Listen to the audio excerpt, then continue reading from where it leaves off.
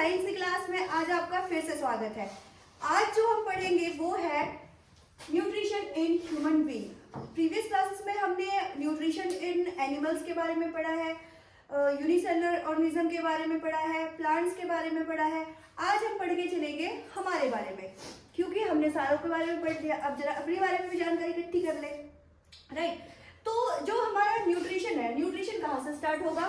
खाने से स्टार्ट होगा। मतलब हम खाना बनाएंगे, खाएंगे, और उसके बाद फिर जब वो हमारे स्टमक तक जाएगा, उसके बाद की जो प्रोसेस है फिर डाइजेशन होगी।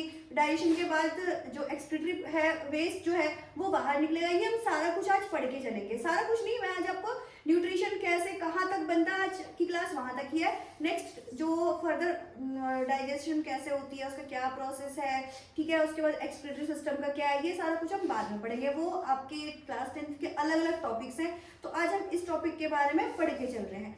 तो अगर मैं बात करूं न्यूट्रिशन, तो न्यूट्रिशन स्टार्ट कहाँ से होता है?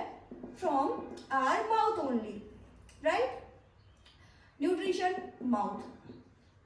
अब माउथ में क्या होता है? दो पार्ट है, टीथ एंड टंग, राइट। अगर इनमें से कोई भी एक चीज ना रही तो बड़ी मुश्किल है। मतलब टंग तो सारों के होता है, टीथ में दिक्कत आती है। जैसे टीथ छोटे बेबी के नहीं होता है, या फिर जब यंगर एज ओल्डर एज में जब आ जाते हैं तब टीथ नहीं होता है। तो हम ये नहीं कह सकते कि इन दोनों की भूमिका है। कभी कभी इसके बिना भी हमें करना पड़ता है। जो जैसे छोटे बच्चे होते हैं, उनका डाइजेस्टिव ट्रैक्ट इतना डेवलप नहीं होता है और टीथ नहीं होते हैं, तो वो क्या होते हैं, दूध पे निर्भर होते हैं। या फिर उन्हें अगर देना पड़े हमें आफ्टर 6 मंथ में तो आते नहीं है टीथ किसी भी बच्चे के, तो हम क्या करते हैं, बिल्कुल ही मैश्ड फूड उसे देते हैं, सो दैट मतलब लिक्विड फॉर्म में, सेमी लिक्विड फॉर्म में देते हैं, सो दैट कि बस इतना हो कि उसके गले से नीचे चला जाए। रेस्ट जो उसके ट्रैक्ट है तब तक डेवलप्ड हो चुके होते हैं, तो वो डाइजेस्ट हो जाता है। और अगर मैं ओल्डर एज की बात करूं, तो वहां पर सारा कुछ क्या होता है, टीथ नहीं है, डाइजेस्टिव ट्रैक्ट भी थोड़े वीक हो चुके होते हैं, बट उस स्टेज पर भी क्या होता है कि जो खाने की चीजें हैं वो भी सेमी लिक्विड फॉर्म में वो इंटेक करते हैं, तो न्यूट्रिशन मिल जाता है। तो हम ये नहीं कह सकते कि टीथ और टंग दोनों की है, बट यस, अगर एडल्ट फॉर्म में आप, यंगर एज में है आप, तो आप दोनों इस दोनों की सहायता से क्या करते हैं, फूड। ये जो फूड है, जो न्यूट्रिशन का क्या है, मेन सोर्स है, इसे हम इंटेक करते हैं, राइट। तो क्या कह सकते हैं कि माउथ में क्या होता है, फूड जो है। अब फूड जो हम खाना खाते हैं तो सेमी लिक्विड फॉर्म में तो बना के, इन दोनों एज की बात करी थी मैंने, बट जिसके पास टीथ है वो क्या करते हैं, जो फूड होते हैं वो हम बड़े बड़े बाइट लेते हैं। तो सबसे पहले क्या होता है, ये जो टीथ है इसका क्या काम है, ये ब्रेक डाउन करता है इनटू स्मॉलर पीसेस। इतने स्मॉलर पीसेस करते हैं कि वो हमारी जो इनर लाइनिंग है वहां से नीचे की ओर जाया जाए।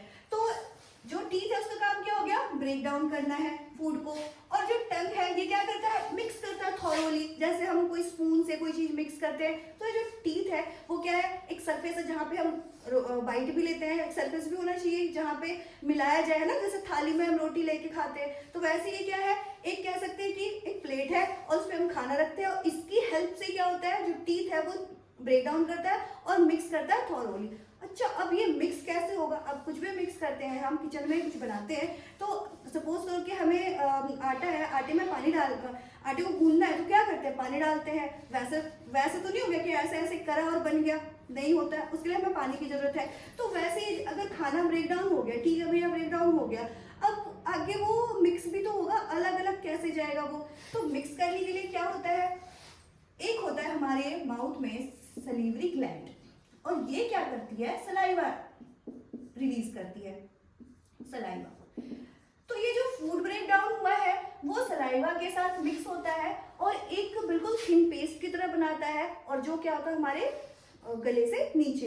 अब देखो ये क्यों जरूरी है, क्योंकि डिफरेंट टाइप के फूड खाते हैं हम। ऐसा नहीं कि सिर्फ रोटी खा रहे या सिर्फ हम राइस ही खा रहे, कुछ भी खा रहे होते हैं हम, डिफरेंट टाइप के फूड खा रहे होते हैं। चाहे वो हमारी बात हो या एनिमल में भी अगर मैं बात करूं तो वो भी वैसे ही खाते हैं, डिफरेंट टाइप के फूड खाते हैं। बट जो फूड कैनल होता है, रास्ता तो एक ही है, पाथ तो एक ही है। इसका मतलब क्या है, खाना जिस प्रकार का भी हम भोजन ग्रहण कर रहे हैं उसे हमें सेम टेक्सचर में लेके आना पड़ेगा।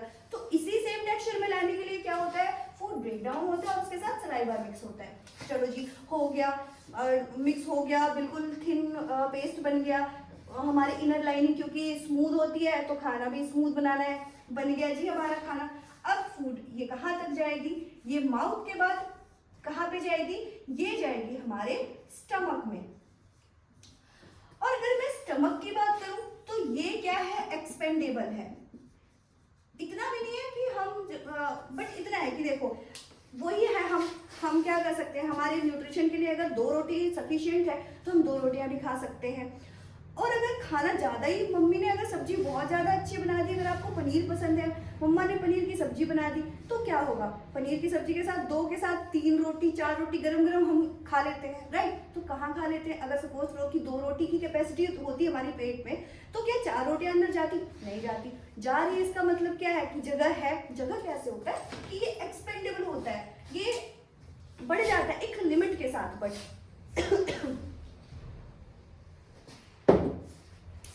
तो ये चलो जी पहुंच गया, स्टमक तक चला गया, एक्सपेंडेबल भी होता है, यहाँ तक भी हमें समझ आ गया। अब देखो, अब यहाँ पे स्टमक में क्या होता है, हमें क्या क्या मिलता है, यहाँ पे किस किस चीज का जो है वो डाइजेशन होता है। ये देखो, ये हमारे पास डाइजेशन होता है, जितने भी है क्या क्या मिलेगा हमें खाने से, खाना था, अब क्या क्या मिलेगा हमें, कार्बो मिलेगा, राइट, और क्या मिलेगा, फैट, राइट, फैट, और क्या मिलेगा हमें, प्रोटीन, राइट। तो अब इन सारी चीजों को सिंथेसाइज भी तो करना पड़ेगा, क्योंकि खाने वो तो चला गया, सब कुछ मिक्स होके चला गया, दाल से प्रोटीन हमें सारा पता है, राइस से कार्बो मिल रहा है, बट अब उसे सिंथेसाइज भी तो करना, वो तो सारा कुछ मिक्स होके चला गया अंदर। और ये है नहीं कि राइस ही दौड़ रहा है हमारे रगों में कार्बो के तौर पे, नहीं ना, उसमें से कार्बो क्या किया जाता है, एक्सट्रैक्ट किया जाता है, और उसके बाद क्या होता है, वो हमारे सेल तक पहुंचता है। तो अब देखो, इन सारों के लिए क्या होते हैं, स्टमक में एक होता है हमारे जो डाइजेस्टिव जूसेस होते हैं, यहाँ से क्या होता है, स्टमक से डाइजेस्टिव जूसेस निकलते हैं। डाइजेस्टिव जूसेस कितने निकलते हैं भैया जी, 3 निकलते हैं, ज्यादा नहीं निकलते हैं। HCl हो गया, दूसरा पेप्सिन, और तीसरा हो गया मक्कसी। अब देखो, ये तीनों कैसे एक दूसरे पे निर्भर है। ये देखो, HCl पता है आपको, हाइड्रोक्लोरिक एसिड, वो जो हम HCl, देखो HCl क्या है, इसका क्या वर्क होता है, नहीं मैं आपको वर्क नहीं बताती हूँ, मैं आपको बताती हूँ कि हमें कब फील होता है। जैसे सपोज करो कि हमने खा ली, उल्टी सीधी चीजें खा ली, और कभी कभी ऐसा होता है कि ना, या तो रात को ही या फिर सुबह गले में ऐसा लगता है जैसे यहाँ पे ना कुछ जल सा रहा हो, एसिडिटी वाली फीलिंग आती है, तो वो यही होता है। HCl जब ज्यादा अमाउंट में बढ़ जाता है ना, तो हमें तब ऐसा लगता है, एसिडिक जो बर्प आते हैं वो तभी आते हैं। तो अब देखो, HCl, पेप्सिन, मक्कस का क्या वर्क है। ये जो HCl है, ये तो खाना जो भी हम खाते हैं उससे पचाने में हेल्प करता ही करता है। ये क्या करता है, पेप्सिन को फैसिलिटेट करता है। क्या करता है, ये पेप्सिन को फैसिलिटेट करता है। पेप्सिन का क्या वर्क है मैं अभी बता रही हूँ आपको। और ये जो मक्कस है, ये क्या करता है, ये हमारे स्टमक, जो हमारा स्टमक है ना, ये हो गया हमारा स्टमक, ठीक है, ये एग्जैक्ट डायग्राम नहीं है, ये स्टमक है, मैं आपको कह रही हूँ, ऐसे ही होता है ना, पेट तो गोल है तो स्टमक भी इस फॉर्म में होगा। स्टमक का जो डायग्राम है वो आप बना लेना। तो अब देखो, जो इसकी इनर लाइनिंग है, HCl इतना ज्यादा एसिडिक होता है कि अगर इसमें हमने सिल्वर स्पून भी डाल दिया ना, तो ये 1 सेकंड में उसे क्या कर देगा, जला के खत्म कर देगा। एसिड है, एसिडिक प्रॉपर्टी चैप्टर 2 में आप पढ़ चुके हो कि कितने खतरनाक होते हैं एसिड हमारे लिए। तो अब स्टमक है, पेट मतलब टिश्यू है, कोई बहुत हार्ड मटेरियल से तो बना नहीं है, कितना भी हार्ड लो आप, मैं तो आपको बताया सिल्वर स्पून अगर डालेंगे तो वो भी मेल्ट करने की क्षमता रखता है ये। तो कैसे हमारा पेट बचा हुआ है, हमारे पेट में इनर लाइनिंग, ये स्टमक है, स्टमक की जो इनर लाइनिंग है ये क्या करता है, इस लाइनिंग को HCl से है, ठीक है, कंप्लीट में HCl नहीं है, मैं बता रही हूँ कि HCl है। तो ये जो इनर लाइनिंग है ना, ये क्या है, मक्कस है। ये क्या करता है, मक्कस की हेल्प से ये जो इनर लाइनिंग है HCl से बचाता है हमारे स्टमक को। ये है मक्कस का वर्क, ठीक है। अच्छा, अब अगर हम बात करें पेप्सिन की, तो पेप्सिन क्या करता है, पेप्सिन का काम है कि ये प्रोटीन को डाइजेस्ट करता है। प्रोटीन, ये प्रोटीन डाइजेस्टिंग एंजाइम कह सकते हैं, ये सारे एंजाइम है, इसे एंजाइम के तौर पर ले सकते हैं। क्या करता है, प्रोटीन को डाइजेस्ट करने में वर्क करता है। अब उसके बाद चलो जी, हो गया, यहाँ से हमें मिल गया सारा कुछ, यहाँ डाइजेस्ट हो गया, कार्बो, फैट, प्रोटीन सब डाइजेस्ट हो गया है। अब चलते हैं स्टमक से बाहर। चलो, चले हम स्टमक से बाहर, ये हमारा खाना है, चला बाहर, कहाँ जाएगा बाहर, स्मॉल इंटेस्टाइन के पास पहुंच गया, स्मॉल इंटेस्टाइन। अब देखो यहाँ पे वर्क होगा, क्या वर्क होगा, खाना पच के कार्बोफैट प्रोटीन अब सिंथेसाइज हो गया, और ये जो रास्ता जो लेके जाता है इसे हम कहते हैं स्फिंक्टर। अब स्मॉल इंटेस्टाइन में देखिए कि क्या होता है कि स्मॉल इंटेस्टाइन में जो खाना था, है ना, HCl मिला यहाँ पे, हाइड्रोक्लोरिक एसिड मिला, तो जो फूड है वो क्या हो गया, सबसे पहली बात तो जो फूड बना ना, जो फूड है हमारा वो है एसिडिक इन प्रॉपर्टीज, एसिडिक है, तो अब इसे क्या करना पड़ेगा, एल्केलाइन बनाना पड़ेगा पहले, है ना। अब हमने क्या किया, एल्केलाइन भी बना दिया उसे। अब देखो, अब इस वाले प्रोसेस पे मैं आपको क्या बताऊं कि स्मॉल इंटेस्टाइन में क्या होता है, ये जो खाना है ना, इस खाने में सारा कुछ ना कंप्लीट, मतलब सब कुछ हमें मिलेगा, सिंथेसाइज होगा, यहाँ पर डाइजेस्ट हो रहा था, फूड से भी डाइजेस्ट होके ये चीजें मिली, अब यहाँ पे क्या होगा, सिंथेसाइज होगा स्मॉल इंटेस्टाइन में, ये कार्बो, फैट और प्रोटीन, कार्बो, फैट एंड प्रोटीन। अब देखिए कि ये कैसे, कौन सा कैसे होगा, ये मैं आपको बता रही हूं।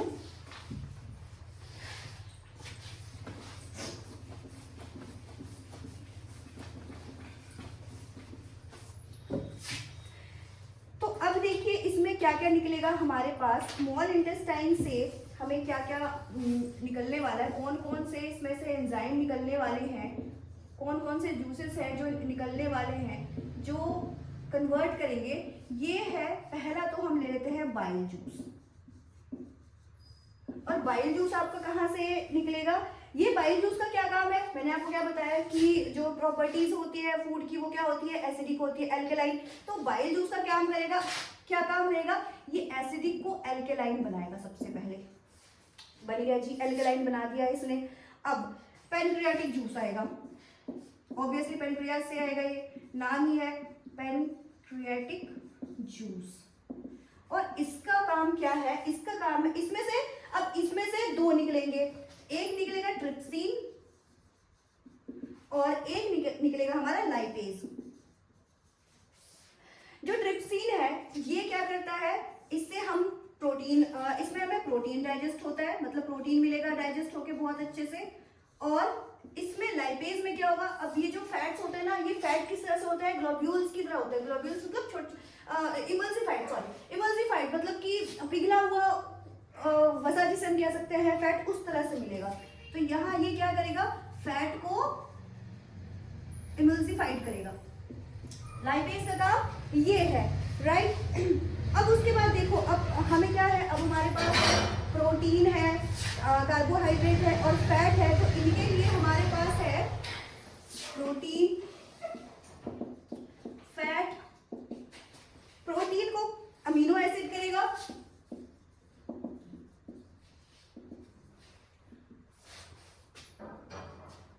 फैट को फैटी एसिड या ग्लिसरॉल करेगा, फैटी एसिड या फिर ग्लिसरॉल, और कार्बो कहाँ से मिलेगा हमें, ये मिलेगा हमें ग्लूकोज से।